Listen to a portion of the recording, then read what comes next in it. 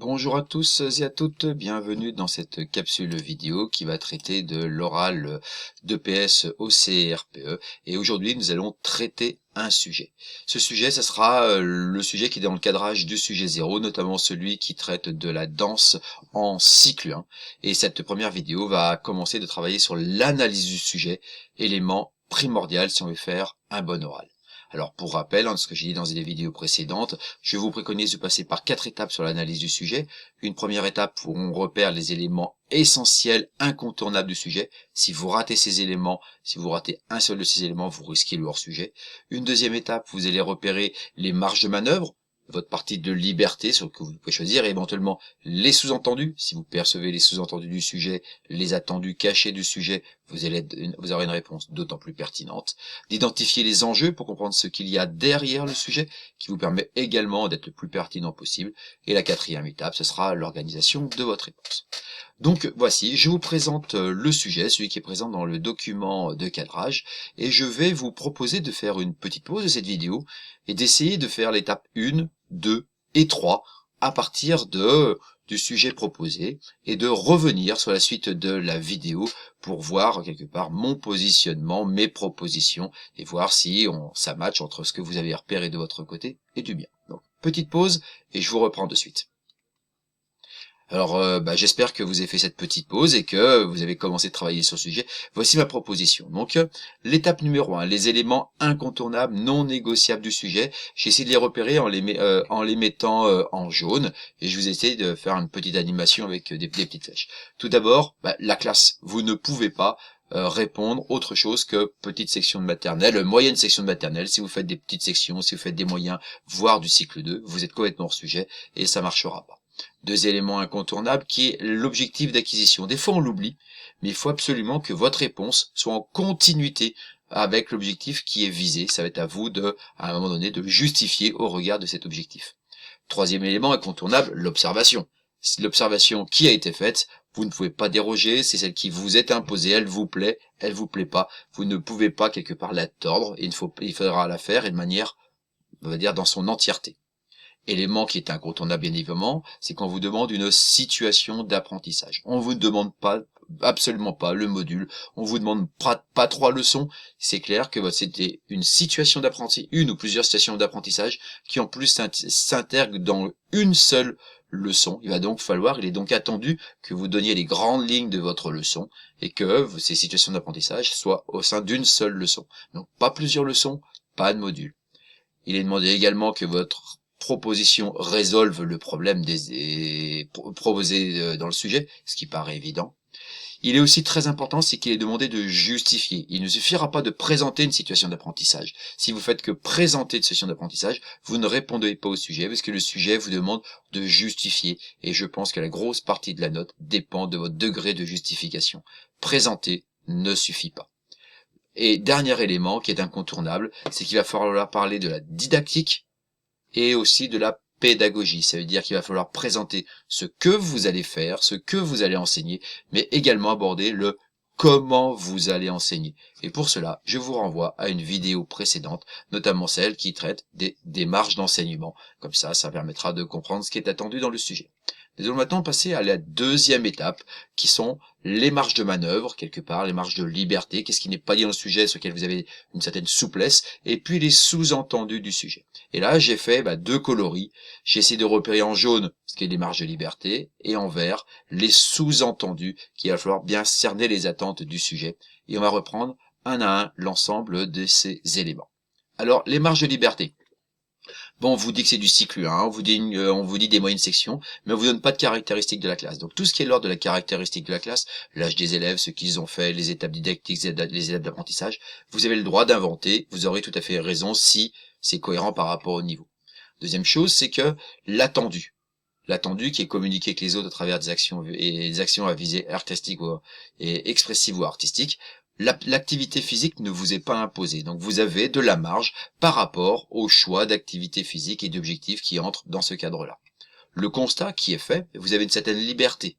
La liberté de dire dans quelles conditions a été observé ce constat. Deuxième liberté, vous avez la liberté de préciser dans la mesure où vous restez dedans. Est-ce que tous les élèves ont le même problématique? Est-ce que c'est certains élèves qui le font et il y en a d'autres qui copient? Et est-ce que la difficulté par rapport au rythme est la même pour tout le monde? Quelque part, le sujet, la description est encore floue. Vous pouvez préciser ce qui peut peut-être servir votre sujet.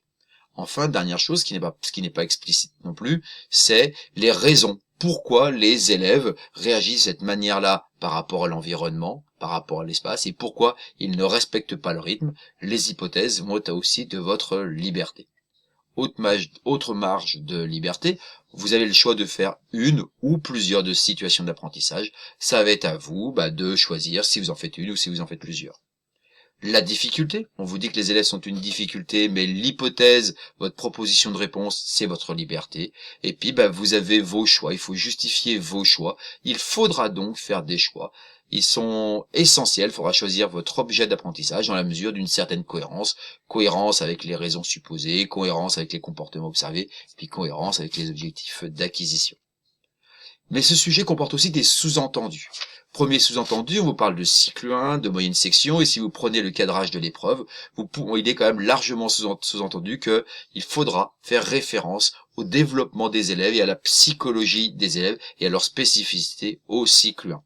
Deuxième chose, il est très sous-entendu et fortement sous-entendu des références au programme, notamment à ce qui est attendu de fin de cycle, mais également aux références aux conditions d'enseignement, le fait que votre séance durera entre 30 et 45 minutes. Le sous-entendu aussi dépend du choix, on va dire, de l'attendu qui est communiqué avec les autres. Eh bien, il faudra forcément, l'APSA n'étant pas donné, il faudra choisir quelle activité. Il faudra choisir, est-ce que vous êtes plutôt sur une visée artistique ou expressive? Le sujet ne le dit pas, il est donc, je pense qu'il sera fortement sous-entendu d'expliciter vos choix. Et quand bien même vous avez choisi l'activité de danse sur le pôle artistique, il faudra aussi, je pense, il est très sous-entendu, de déterminer votre mode d'entrée. Est-ce que vous êtes plutôt sur les ronds des jeux dansés? Ça veut dire des danses plutôt avec un cadrage assez fort, ou est-ce que vous êtes plutôt sur la danse de création et qui rentre sur un traitement qui sera différent. Et je pense qu'il sera nécessaire et qu'il est sous-entendu de répondre à cette question-là. Ce qui est sous-entendu également, c'est d'expliquer et d'argumenter pourquoi les élèves ne respectent pas le rythme et pourquoi ils ne respectent pas la dimension de l'espace scénique. Je pense qu'il y a un gros sous-entendu, il faudra donc passer du temps dans votre oral à justifier cela. Et je trouve qu'il y a un mot clé, c'est le « et ». On vous parle qu'il y a une problématique sur le rythme, il y a une problématique sur l'espace, et il y a le « et ». Il est donc attendu de savoir, est-ce que vous allez traiter les deux dans la même séance? Est-ce que vous allez en traiter plutôt un? Est-ce que vous allez traiter plutôt l'autre? Est-ce que vous allez faire que l'un ou que l'autre? Et donc, votre positionnement en tant qu'enseignant, il est quand même, je pense qu'il est attendu par le jury, ou moins pour le candidat, de se dire, bon, est-ce que je fais le rythme? Est-ce que je fais l'espace? Est-ce que je fais plus l'un, plus l'autre? Est-ce que je fais autant les deux? Je pense que derrière, il va falloir vous positionner et donc justifier. Ça sera un élément à déterminer de votre côté. Autre sous-entendu, une ou plusieurs situations d'apprentissage. Si on voit qu'en maternelle, vous avez des cours de 30 à 45 minutes, il me semble qu'une situation d'apprentissage est beaucoup plus pertinente compte tenu du fait qu'à chaque fois que vous allez redonner des consignes, vous allez perdre du temps. Et je pense que là, il y a un sous-entendu assez fort sur le fait de faire qu'une seule situation d'apprentissage. Il est entendu, bien évidemment, qu'il y ait de la cohérence. Il faut que ce soit cohérent, réaliste, faisable dans le temps qui est donné. On vous dit, il faut proposer des situations d'apprentissage au sein d'une séance. Il faudra donc, je pense, dans votre oral, il est sous-entendu que vous parliez un petit peu de votre séance, de son cadrage, du thème de la séance, peut-être de l'échauffement, du retour au calme, mais de manière très rapide. Il est sous-entendu que vous justifiez que votre réponse réponde à la difficulté des élèves. Donc régulièrement, il faudra dire parce que, et à chaque parce que, montrer que ça va répondre aux difficultés des élèves. C'est un vrai sous-entendu, le parce que, en termes de répondre là-dessus. Ce parce que permettra de justifier, et donc la justification devra s'appuyer non seulement sur le fait que vous répondez, mais votre justification doit s'appuyer sur des connaissances institutionnelles, didactiques, scientifiques, en lien avec les théories de l'apprentissage, en lien avec le développement de l'enfant. Il est quand même fortement sous-entendu que vous appuyez sur des connaissances. évidemment, parmi les sous-entendus, le fait de s'appuyer sur la pédagogie et la didactique, faire l'un sans faire l'autre sans faire l'un, vous sera, je pense, préjudiciable. Maintenant, quels sont les enjeux de ce sujet-là? Qu'est-ce qu'il y a derrière? Et moi, j'ai essayé de réfléchir et j'ai trouvé deux grands enjeux qui sont derrière le sujet. Le premier, c'est, j'ai l'impression qu'on est plutôt sur un sujet qui incite plutôt du côté de la danse de création. Donc, premier enjeu, c'est comment faire passer les élèves d'une reproduction de forme, quelque part passer de ronde, où finalement dans la ronde, on tourne en rond, on s'occupe pas de l'espace, à une forme de création artistique. Et dans la création artistique, il y a dans les paramètres du mouvement le paramètre de l'espace. Donc, je ressens dans ce sujet la nécessité finalement d'aborder le paramètre de l'espace dans la danse de création. C'est un premier enjeu qui est sous-entendu, mais je pense qu'il y a quelque chose là derrière. Le deuxième enjeu, c'est qu'il y a deux constats. Problématique sur le rythme, problématique sur l'espace, et qu'il va falloir vous positionner en tant qu'enseignant si vous prenez l'un plus que l'autre, si vous faites les deux en même temps, tout en sachant que vous avez un temps qui est très contraint, 30 et 45 à 45 minutes. À titre personnel, je pense qu'il faudra soit ne traiter que l'un et dire pourquoi vous faites l'autre après, soit de traiter fortement l'un et un tout petit peu l'autre, mais je pense qu'il va falloir faire un choix, et faire un choix, c'est aussi le justifier, l'argumenter.